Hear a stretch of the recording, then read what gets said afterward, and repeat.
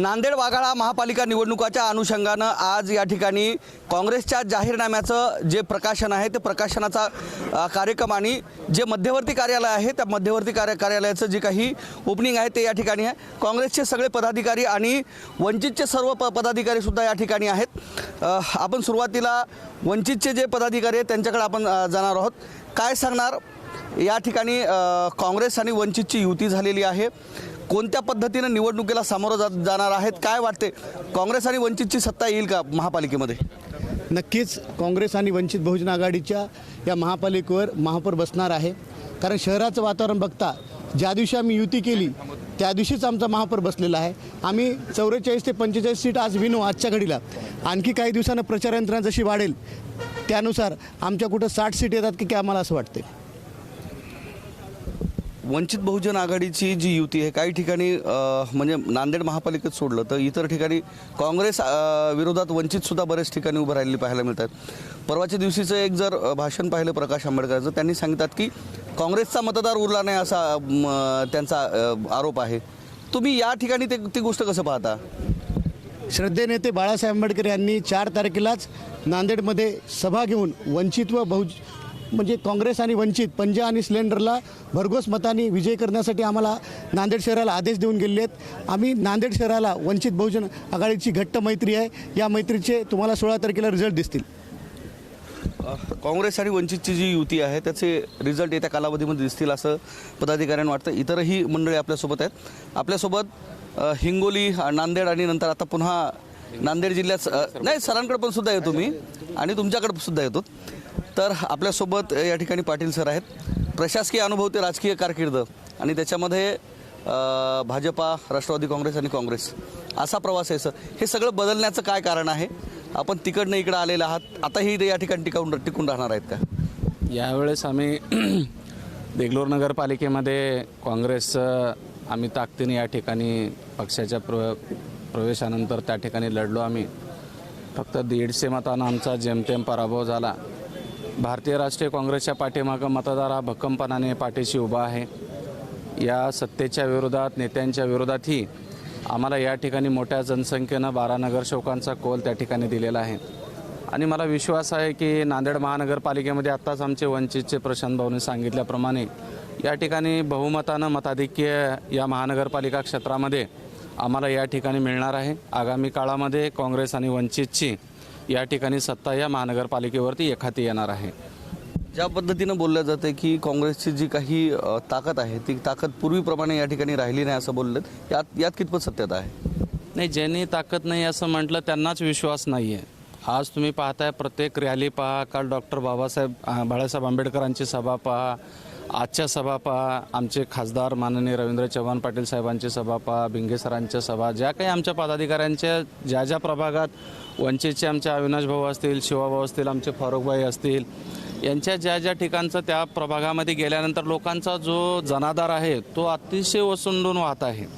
त्यामुळे काँग्रेसचा मतदार इथं मागच्या 75 वर्षापासून तुटलेला नाही आहे। इतकी खटाटोप त्यांना कशासाठी करावी लागते की त्यांच्याकडे मतदार नाही आहे। मतदार हा आजही काँग्रेस वंचितच्या पाठीमागे भक्कमपणाने उभा आहे। तुम्हाला येणाऱ्या 15 तारखेच्या मतदानातून पण दिसेल आणि निकालातून पण दिसणार आहे। नक्कीच येत्या 16 तारखेला ते दिसणारच आहे। आपल्यासोबत प्राध्यापक यशपाल भिंगे आहेत। काय सांगणार सर, सगळ्या पक्षांच्या स्टार प्रचारकांच्या याद्या आलेल्या आहेत आणि प्रचार त्यांचा जोमात सुरू आहे। मात्र काँग्रेसची जी ॲग्रेसिव्हपणा आहे तो या ठिकाणी दिसत नाही आहे। एकाही स्टार नेत्याची या ठिकाणी सभा झालेली नाही। मग काय म्हणावं, खरंच काँग्रेस कमकुवत पडली का? नाही, हे जाणीवपूर्वक पसरलेलं व्यूमर आहे। काँग्रेसचा स्वभाव निराळा आहे।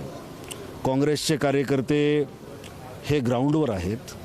सगळ्यात महत्त्वाचं म्हणजे नांदेड महानगरपालिकेमध्ये आजपर्यंत काँग्रेस ही जिंकत आलेली आहे।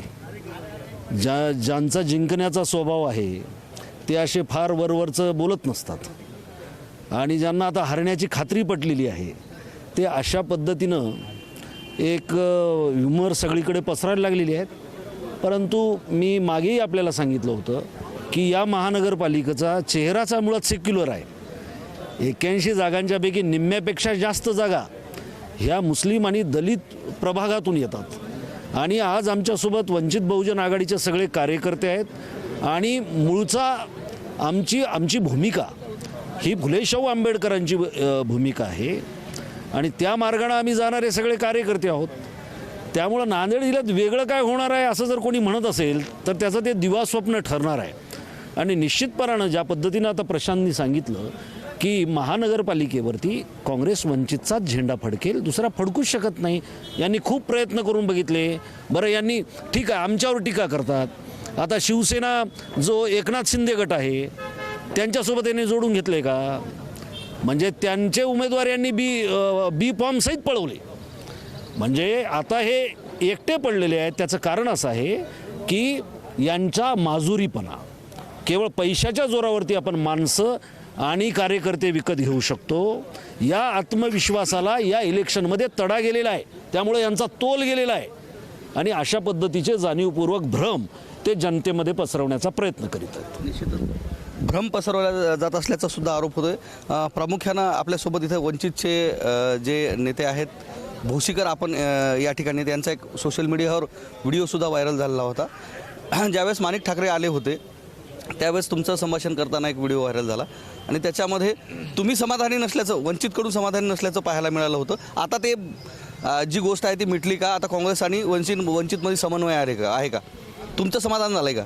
ते व्हिडिओ ॲक्च्युली तो कसा व्हायरल झाला माहिती नाही. ती आमची एक अंतर्गत बैठकीतली चर्चा होती आणि त्या ठिकाणी वंचित बहुजन आघाडी आणि काँग्रेसची समाधानकारक युती झालेली आहे आणि आम्ही केवळ बंडखोरी होऊ नये या बाबतीचा तो व्हिडिओ होता. आणि आता आम्ही दोन्ही पक्षांनी आमच्या दोन्ही जिथं काही बंडखोर आहेत त्या सगळ्या लोकांचे फॉर्म विड्रॉ केलेत किंवा जे काही झाले नसेल त्यांना आम्ही पक्षातून निलंबित केलेलं आहे. त्याच्यामुळे आता अतिशय मजबूत अशी वंचित बहुजन आघाडी आणि काँग्रेसची युती झालेली आहे. सगळ्या प्रभागामध्ये आम्ही नेक टू नेक फाईटमध्ये आहोत. त्या ठिकाणी विरोधकांना आता कुठंही त्यांना काही उरलेलं नाही. आज परिस्थिती भाजपची अतिशय दयनीय झालेली आहे. RSS आणि भाजपची विचारधारा नांदेडच्या जनतेने नाकारलेली आहे. त्यामुळं पूर्ण ताकदीनिशी त्या ठिकाणी काँग्रेस आणि वंचित बहुजन आघाडी विजयी होणार आहे. भाजपकडं 40% जागी उमेदवार मिळाले नाहीत. त्यांना अपक्षांचा आधार घ्यावा लागला. याच्यापेक्षा काय वाईट असू शकते? जर 81 जागी जर त्यांच्या अशोक चव्हाणांची ताकद असते 81 जागी कमळ उभं केलं असतं ना. त्यांना उमेदवार मिळाले नाहीत. अपक्षांना पाठीमध्ये फिरत आहेत. फार वाईट अवस्था आहे भाजपची वाईट अवस्था असल्याचं बोललं जातं. इथं आपल्यासोबत महानगर अध्यक्ष आहेत अब्दुल सत्तार. काय सांगणार? आपली सुरुवातीच्या कालावधीमध्ये नाराजी असल्याचं बोलल्या जात होते. आता ती नाराजी मिटली आहे का? स्मित हास्याहून बऱ्याच काही गोष्टी सांगल्या जातात. नहीं, हमारी पार्टी के साथ हमारी कोई नाराज़गी नहीं. इसको एक घूमर फैलाया गया था कि इन पार्टी से नाराज़ नहीं थी. हमारे जो कांग्रेस और वंचित की जो युति हो रही थी उसके ताल्लुक से हम बात कर रहे थे. कुछ नाराज़गी नहीं थी. पर वंचित के साथ कांग्रेस और मिलकर जो अलायंस किया गया इसके बारे में चर्चा हुई थी. और आज तुम्हारी दुआ से आज मीडिया के माध्यम से कहना चाहता हूँ कि आज जो वंचित और कांग्रेस एक साथ मिलकर जो लड़ी है 80 सीट पे लड़ रहे हैं और देखना कि बहुमत हमारा आएगा. और जो नांदेड़ की जनता जो आज तक 50 साल तक जो कांग्रेस का झंडा लहराया गया महानगर पालिका में और वो परंपरा कायम रखें ऐसी मेरे को उम्मीद है. आता तुमच्यावर असे आरोप होतात की काँग्रेसचे नगरसेवक MIM पाठवण्याचं जे गोष्ट आहे ते आपल्याकडून घडल्याचा आपल्यावर आरोप होतात. या गोष्टीत कितपत सत्यता आहे?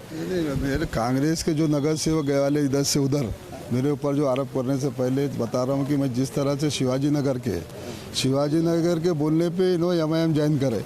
क्योंकि जिस तरह से इन्होंने ये चाहते हैं कि शिवाजी नगर वाले कांग्रेस कमज़ोर होना चाहिए. कांग्रेस का जो सर्वे किए उन्होंने सर्वे किए थे उनके सर्वे में कांग्रेस के सीट बता रहे थे 32 से 35 और उनके जो भाजपा के सीट कुछ कम बता रहे. इसके लिए उन्होंने एक चाल चली कि जो कांग्रेस के नगर सेवक को MIM में प्रवेश कराया. पर जनता ने फैसला करके रखी है इनकी आने वाली 15 तारीख को इनकी जमानत बची. तो बोलो तुम जिस तरह से अवैसी साहब कल आए थे, अवैसी साहब जिस तरह से उनके बोलने का टोन था तो बता रहा हूँ. हाँ, बरं, आपली जी ऑडिओ क्लिप व्हायरल झाली त्या ऑडिओ क्लिपमध्ये कितपत सत्यता आहे? जी ऑडिओ क्लिप तुम्ही सांगतायत कार्यकर्त्यांना? नाही ते सगळी खोटी आहे. ते 8 वर्षानंतर क्लिप आहे. ते माझी क्लिप नाही, खोटी क्लिप आहे. तुम्ही बघा. आता आमची वंचित और काँग्रेसची युती झाली आहे. एक हाती सत्ता नांदेड महानगरपालिकामध्ये दोनों मिळून सत्ता येणार आहे. तुम्ही घाबरू नका. घाबरायचे काम तर आता ते शिवाजीनगरला आहे. त्याची खाली जमीन गेलेली आहे. त्याच्यापाशी माणसे नाही. माणसे नाही भेटले म्हणून त्याने काँग्रेसचे माणसे घेऊन त्याने भाजपमध्ये घेऊन त्याने लढाई कराले. पण आमच्यापाशी काँग्रेसचे मजबूत उमेदवार आहेत. बघा तुम्ही सगळे की सगळे निवडून येणारे 100% काँग्रेस की एक हाती सत्ता महानगरपालिकांमध्ये येणार आहे. पुन्हा एकदा महानगरपालिकेवर काँग्रेसची सत्ता येईल आणि काँग्रेसचा झेंडा फडकेल असा विश्वास या ठिकाणी काँग्रेस आणि वंचित बहुजन आघाडीचे जे कार्यकर्ते पदाधिकारी आहेत आज त्यांनी दाखवलेलं आहे. कॅमेरामन सुधाकर सह मी धनंजय सोळंके, टाइम्स नाव मराठी, नांदेड.